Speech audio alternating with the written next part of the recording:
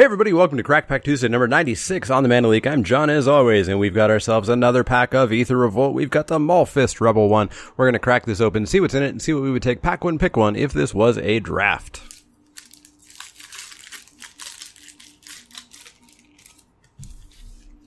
Well, up first we've got a first pickable card in Shock. Single red mana for an instant, deal 2 damage to target creature or player. You can kill players with this. It's fantastic.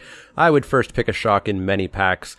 Maybe we get something better. Hopefully we get something better. You know, it wouldn't be a weak pack with a Shock in it, but it's not a, it's not a bomb rare and it's not amazing unconditional removal, but it's Shock and it's real good. Much worse single color mana spell is a Take into Custody. Single blue mana for an instant. Tap target creature doesn't untap during its controller's next untap step. We talked about this last week. It's not good. Even for a single mana, this is not worth a card. It needs to do something more. It needs to be on a creature, etc. Gearpoor Osprey is up next. 2 and a white for a creature, birds, 2/2 flyer. And I sense this is a pattern because I'm pretty sure it came after Take into Custody last week, which means I think we get a Prey Upon next. Gearpoor or Osprey is 2 and a white for a creature, bird, 2/2 flyer. I think I just said all that. It's a Windrake. It's fine. You're not going to pick it very highly. You can get this if you want it. Sure enough, we do have a Prey Upon next. Prey Upon is a single green mana for a sorcery. Target creature control. You control. Fight target creature you don't control. Solid card. It would be an interesting discussion as to whether Shock or Prey Upon is better, and we'll have to have that discussion a little bit later. It's first pickable card. I really like it, and I'll play multiples if I can get them. Defiance Salvager is up next. Defiance Salvager is 2 and a black for a creature, Aetherborn Artificer. It's a 2/2. Sack an artifact or creature. Put a +1/+1 counter on it. Only at sorcery speed. We talked about this one last week as well. It's not good. The sorcery speed utterly kills it. Yeah, you can do some really interesting, janky synergy stuff, but it's hard to pull off and not necessarily strong enough to even try. Certainly not a first pick. Next up is Highspire Infusion. Highspire Infusion is 1 and a green for an instant. Target creature gets +3/+3 until end of turn. You get 2 energy. Totally fine combat trick. I will play one of these if I'm in green. It's Giant Growth for an extra mana, +2 energy, which is still totally fine. Giant Growth is a great combat trick. I will always play the first one. It's not a first pick. It's not even a high pick. You take this, much mid-pack when you know you're green, but it's a fine enough card. Next up is Foundry Assembler, a card that I have found to never work. 5 generic mana for an artifact creature assembly worker. Yeah, you can get it with Self-Assembler. No, that doesn't matter. It's a 3/3 with Improvise. As I've said, if you get this out for 3 mana, you haven't done anything. You haven't cheated. You haven't got him. You played a 3/3 for 3. If you can get this out for 0, maybe you got there, but you're not going to do that until turn 5 or 6, in which case you got yourself a 3/3 when it's not really all that important. Foundry Assembler just never works. I'm totally out on it. I don't play it. Certainly don't pick it. Negate is up next. 1 and a blue for an instant. Counter target non-creature spell. Counters just aren't that good in Limited because there's way too much stuff. There's a discussion between counters and bounce in the comments a few weeks ago, actually. And the argument was that counters put something in the graveyard, whereas bounce only saves you a turn. But bounce works all the time. You can bounce a creature that your opponent cast 2 turns ago. That's a problem. And you're going to buy yourself a turn. And maybe you buy yourself a turn into removal. Maybe you do buy yourself into a counter, but you buy yourself turns. And tempo is huge. A spell, and negate, of course, won't even kill a creature. A counter spell you have to have, and you have to have the mana up at that exact single moment in time. And if you don't at that exact single moment in time, the card's dead. Nothing happens. So I'm very out on counter spells in general in Limited. They have to be really good. They have to be really cheap. And they certainly need to hit creatures, which this one does not do. So negate is a pure sideboard card for me. I will play one in Limited or in Sealed, but not in Draft. Mobile Garrison is up next. 3 generic mana for an artifact vehicle. It's a 3/4 with crew 2. Whenever Mobile Garrison attacks, untap another target artifact or creature you control. I've done some things with this. It does attack decently well on turn 4, and you can kind of get an extra blocker. Maybe you can do some shenanigans like getting an extra pacification array activation or something like that, but ultimately it's just too much to go into this. I don't like vehicles in this format unless it's one of the busted ones. And if the vehicle is not busted, they're unfortunately just not good enough at all. I feel like there's no middle ground with vehicles. This is probably one of the most middle ground, and I still don't really like to play it that much. Certainly not a first pick.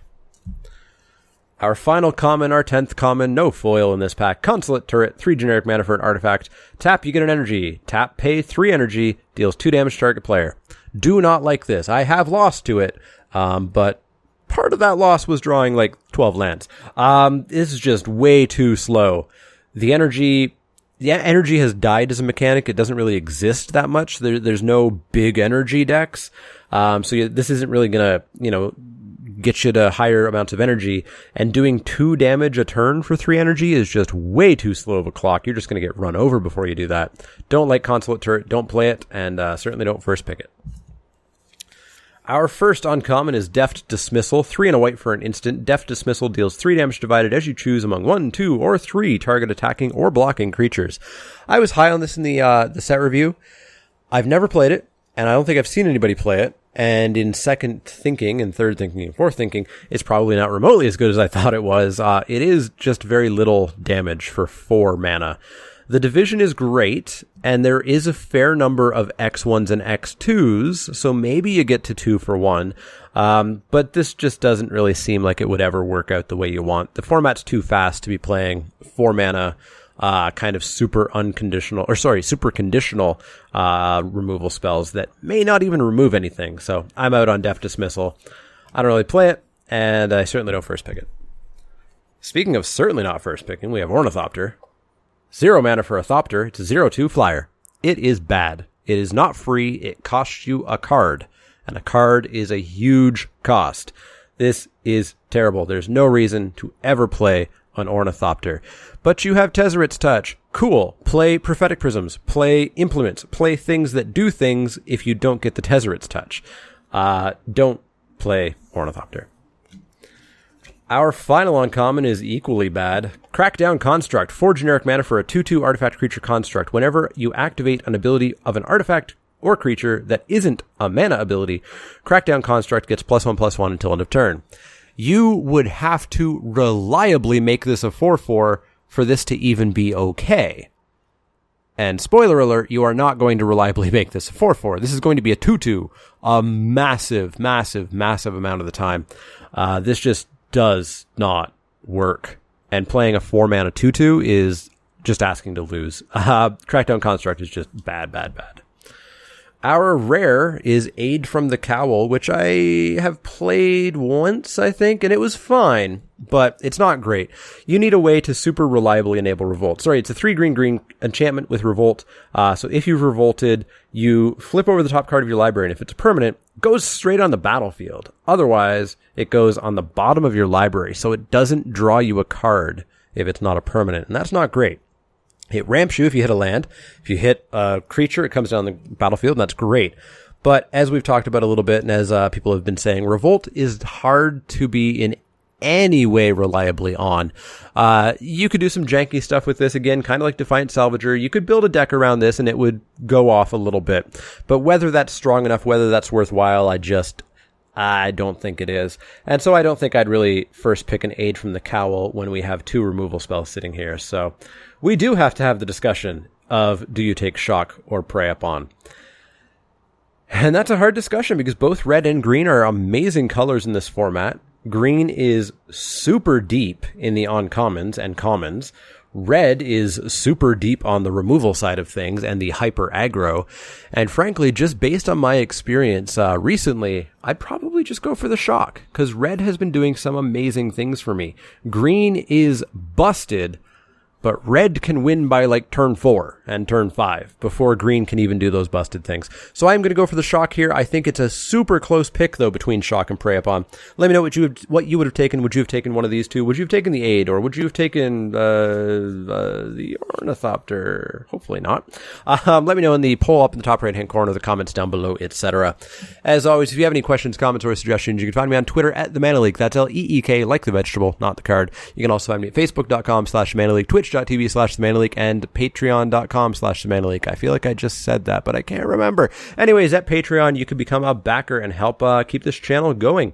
You can get access to the patrons only stream where you can interact with me and give me suggestions for top 10 lists and etc. And you can also work your way towards earning one of these playmats. Whenever you hit $60 lifetime, whether that takes you 60 months, 1 month, 120 months at 50 cents a month, whatever, whenever you hit $60, I send this playmat out to you. Not this one specifically, but I send you one of these. So definitely check that out. As always, click that thumbs up button if you like the content. Click subscribe if you want to see more. And I will see you all next time.